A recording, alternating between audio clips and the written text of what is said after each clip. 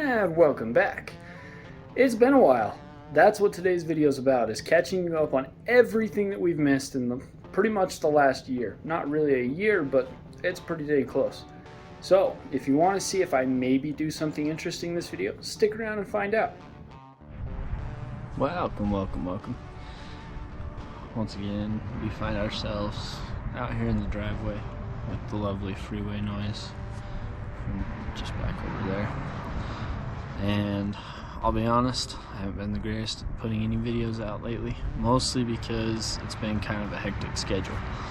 A couple things have happened. I bought a motorcycle, and that motorcycle was great. Refurbished it and ended up flipping it and making some money off of it. I'll put a picture up right here. And then, I bought a Durango for a project that I was going to do here on the channel. One of my neighbors, Colton, he's a good guy. He had an old, well, I shouldn't say really old, it's not much older than me. It was a 98 Dodge Dakota. It was red, and said he had a bad transmission in it. Kind of a shocker there. I mean, not really, but so I thought that I had a transmission, hunted down to find it, and I'll put the video up right here.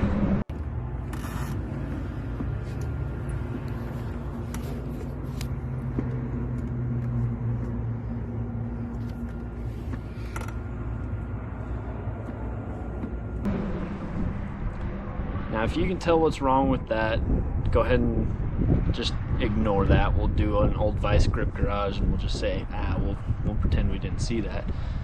So I ended up selling it to a guy who come down and picked it up in a Ferrari. That was kind of nuts. And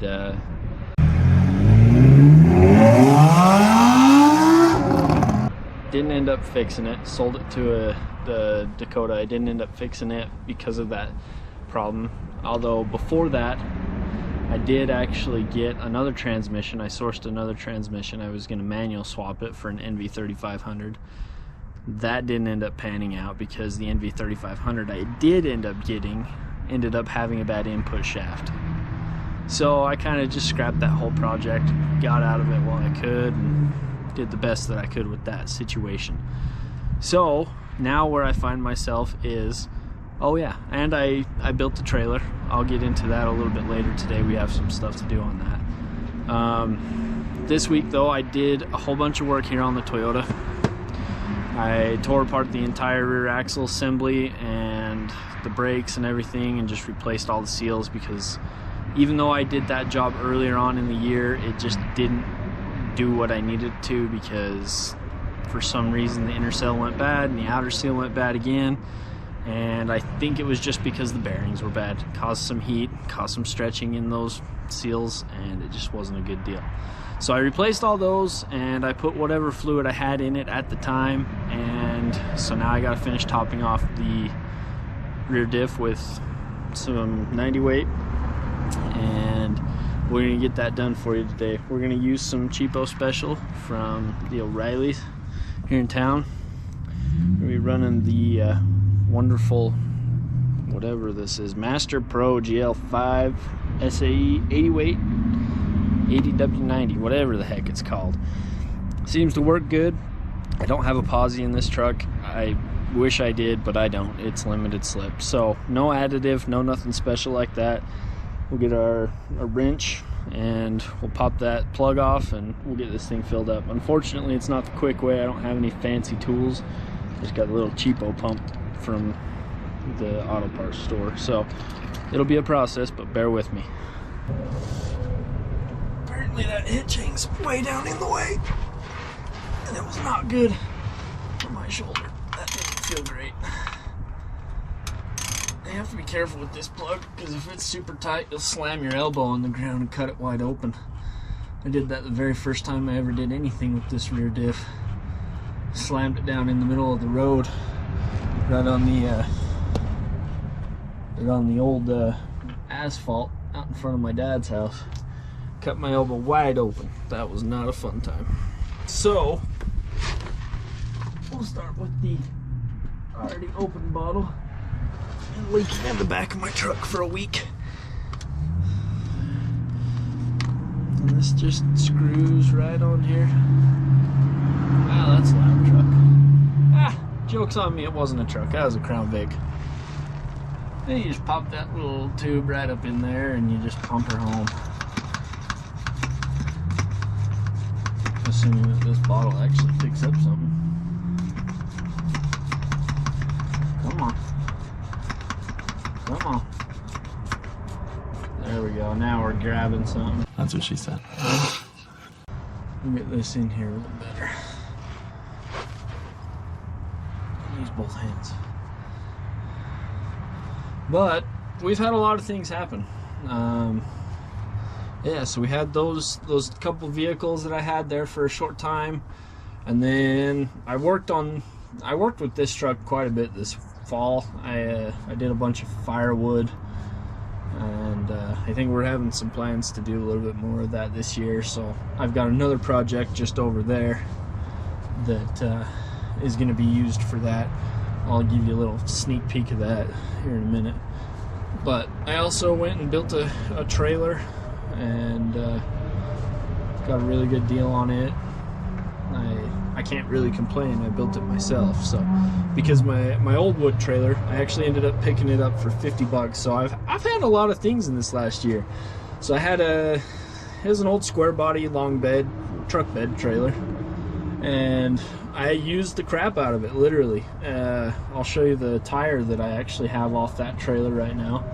What happened was one of the wheel seals went bad on that trailer under load, and I ended up without a camera, really, and otherwise I would have videoed it to you. You almost have to have been there to believe it. If I didn't have this tire here at the house, I wouldn't be able to show you. So what happened was I went to go and take it out to one of our pieces of property out in the valley to go and dump some slash that I had cleaned up here at the house from all the splitting of wood and stuff. And well, pretty much what had happened is I started seeing smoke rolling out of the back of the rig, and didn't think anything of it because I was like, it's probably just the brakes on that old trailer locking up. Well, it wasn't. So what happened was that axle shaft pretty much welded itself to the bearing, and well, it twisted it right off, and I ended up on the axle tube in the middle of the road. Sunk this poor old Toyota clear to the axles, and had to call Mason, my sister. She came out in her husband's big old diesel truck and ended up pulling me the last little bit, and that's where that trailer sat ever since, and it's still got a whole load of stuff on it. I am looking for another axle to put under it, because if I'm being honest, it was a good trailer and I'd really love to keep using it. So I had that trailer, but I needed another one, so I went, and my Uncle Matt, many of you will know him, he had a truck at his house. It was an old long bed shed, probably like a 92, 93 model, and he said he was going to scrap it. So I said, hey, I'll take that and I'll use it. I'll make it into a trailer. And he goes, it's yours if you want it.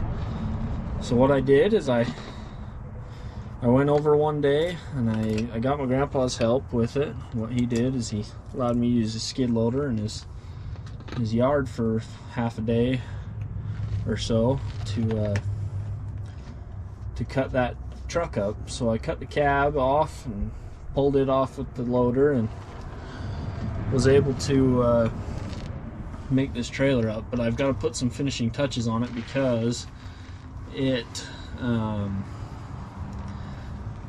well, let's just say I'm not the greatest welder in the world. I'm no Paul Cox from Fab Rats. I'm just little old me. So I gotta run some bolts into the tongue and into the frame a little bit so that it'll actually hold up to some weight this year, because we're planning on working that trailer pretty decently. And then once we get all that handled, life will be good. We'll be able to turn back over to the other truck that I'm going to show you guys here in a minute. So we'll go to that point. I'll finish filling this up. See, and all we're doing right here is just putting a couple of bolts. I'll put one more right there, and I'll put one more right there, just enough, just some 1/2-inch bolts just to try and make sure that everything holds up. I've already pulled a little bit with it. Honestly, everything seems fine with it. Pulls straight, and it's a little bit longer than that other trailer I was telling you about, so it does a good job. But we'll get those bolts put in real fast and we'll be good. Well, wouldn't you know it, drill battery died. So I guess I'll give you a little rundown on this trailer. So like I said, it's a long bed off of a 93 style Chevy. OBS is what more commonly referred to. And all I did, really honestly, is I just took and cut the frame, just notched it with an angle grinder, and then pushed it together, notched it with an angle grinder again, and same thing on that side. And then I actually used the track bar mount that comes out of the subframe. It's bolted in on the normal frame somewhere up here. And I actually used it as a support in there, and then I had a piece of 3x3 fence post, steel fence post that I used for my tongue runner. And then that's an old Army surplus toolbox that I actually picked up from Colton as well, the guy who ended up giving me that red Dodge Dakota. So we've already been putting it to use. I've got my H-frame 20-ton in there from doing the job on the back end of that. And I'll be honest with you, I've been really impressed with this trailer, but just looking at it just now, I'm actually kind of shocked that a wheel hasn't fallen off.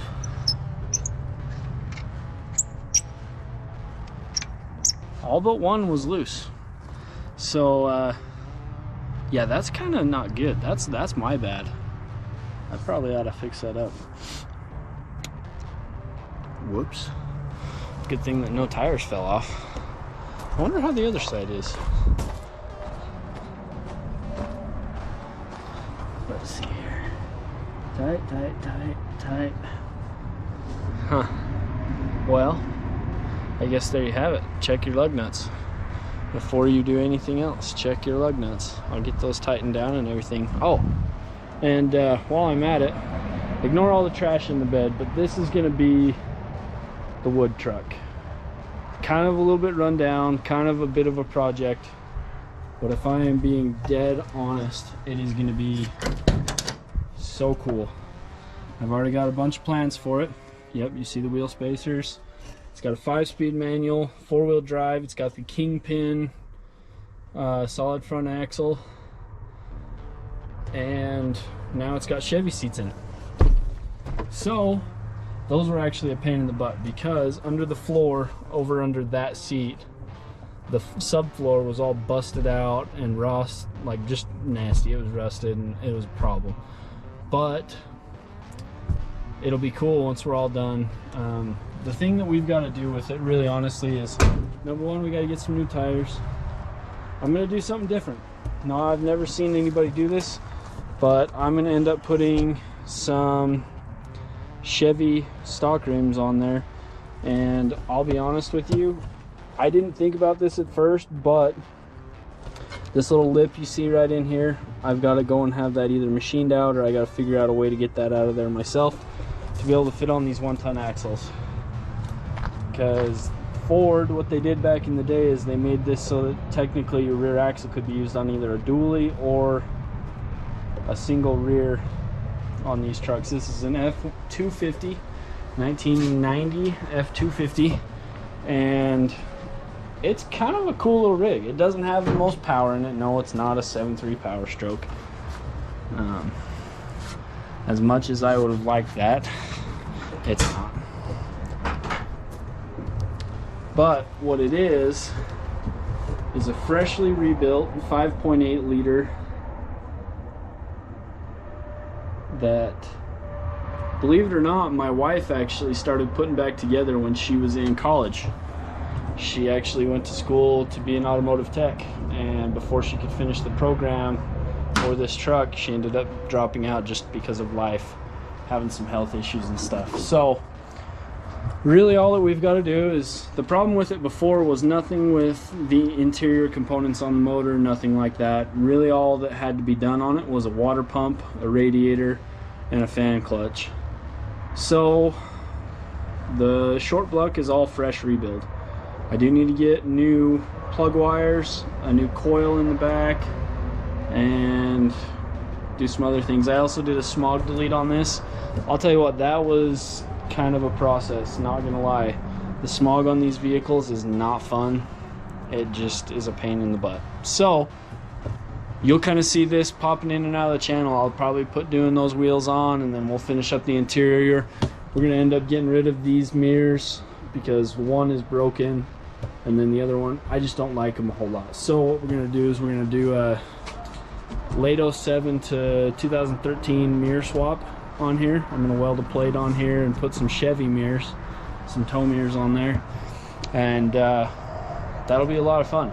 We're also gonna try and strip a bunch of this paint off and maybe do a custom rattle can color. We'll see how it turns out. Since it's a work truck, I'm not all that worried about it.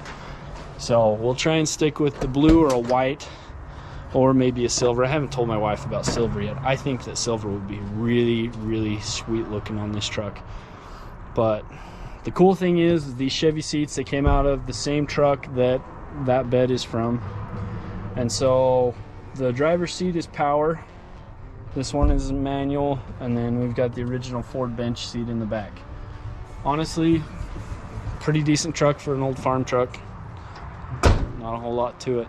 So anyways, thanks for coming along with me today. I'll work on getting some more of these videos up.